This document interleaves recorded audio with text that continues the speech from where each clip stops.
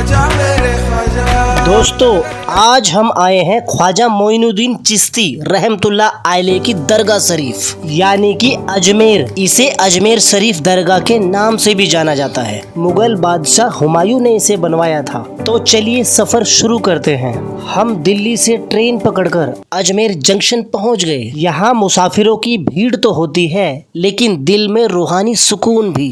Station की building का architecture पुराने ऐतिहासिक किलों जैसा है। अजमेर स्टेशन सीधे दिल्ली, जयपुर, अहमदाबाद, मुंबई, हैदराबाद और भी कई बड़े शहरों से जुड़ा हुआ है। स्टेशन से सिर्फ 2 किलोमीटर दूर दरगाह शरीफ है। दोस्तों, हमने दरगाह के पास में ही होटल ले लिया। हम 5 दोस्त एक ही रूम में रुके थे, जिसका किराया 1800 रुपये पर डे है। दोस्तों, होटल पास होने का फायदा ये है कि पैदल चलकर दरगाह तक आसानी से जा सकते हैं। अब हम सभी फ्रेश होकर तैयार हो चुके हैं दरगाह जाने के लिए। तो चलो चलते हैं, सफर शुरू करते हैं। मेरे बिल्कुल सामने दरगाह शरीफ है और बाहर ये बाजार जिसका नाम डिग्गी बाजार है। ये बाजार बहुत सालों से यूं ही लोगों से भरा हुआ रहता है। दरगाह पर चढ़ाने के लिए चादर, फूल, अगरबत्ती और इत्र खरीदने का सबसे मशहूर बाजार है। टिप ये है दोस्तों कि इस बाजार में थोड़ी सावधानी भी जरूरी है। ये मेरे सामने दरगाह शरीफ का मेन दरवाजा है, जिसे बुलंद दरवाजे के नाम से भी जाना जाता है।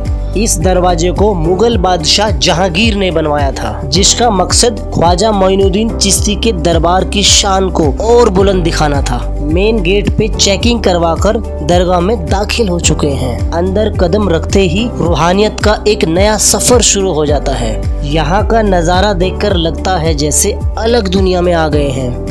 सामने 2 देग है। मेरे लेफ्ट साइड में छोटी देग है, जिसमें एक बार में 2400 किलो तक खाना बनाया जा सकता है। राइट साइड में बड़ी देग भी मौजूद है, जिसमें तकरीबन 4.5 टन तक का खाना एक बार में बनाया जा सकता है। ये देगे तांबे की बनी हुई है। इन देगों को यहाँ बादशाह अकबर ने बनवाया था और ये देगे मुगल काल से यूं ही मौजूद है। इन देगों में लोग नजर नियाज से पैसे, राशन, गहने और विदेशी नोट भी डालते हैं और मन्नत का धागा बांधते हैं। छोटी देग में तो मीठे चावल बनाए जा रहे हैं। खाना बनाने से पहले बरकत के लिए कुरान की आयतें और दुआएं पढ़ी जाती हैं। इसे पकने में कई घंटे लग जाते हैं। खाना बनने के बाद बड़े बड़े चमचों से खाना निकालकर लोगों में बांटा जाता है। देग के नीचे लकड़ी और कोयले से आग जलाई गई है। आगे चलते हैं। ये वुजू खाना है। इसे भी मुगल दौर में ही बनाया गया था। बहुत से लोग यहाँ वजू बना रहे हैं। आगे बढ़ते हुए दिखा संदली दरवाजा। यहीं से संदल की रस्म निकाली जाती है। ये दरवाजा भी दरगाह के इतिहास में आता है। यहाँ गरीब नवाज की दरगाह है और आसपास के लोगों की भीड़ सुकून का एहसास कराती है। चारों तरफ नूरानी सुकून बरसता है।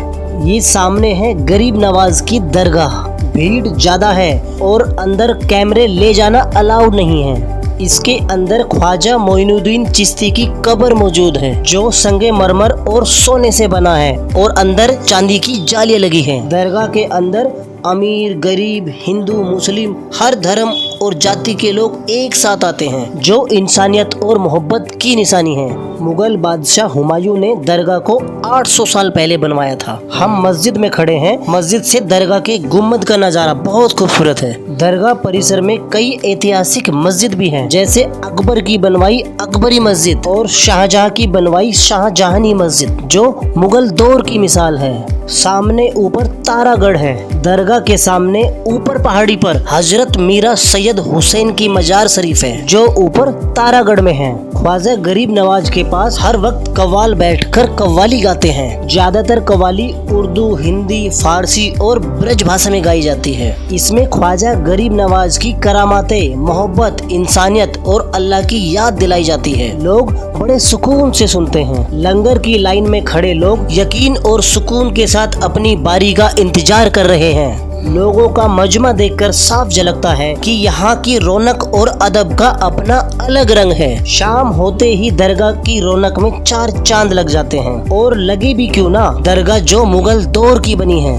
दरगाह से बाहर वापस जाते हुए दिल में एक अलग ही सुकून रहता है। ऐसा लगता है जैसे दुआएं कबूल होकर मन हल्का हो गया हो। लोग जाते जाते भी पीछे मुड़कर दरगाह को आखिरी सलाम करते हैं और बरकतें अपने साथ लेकर जाते हैं।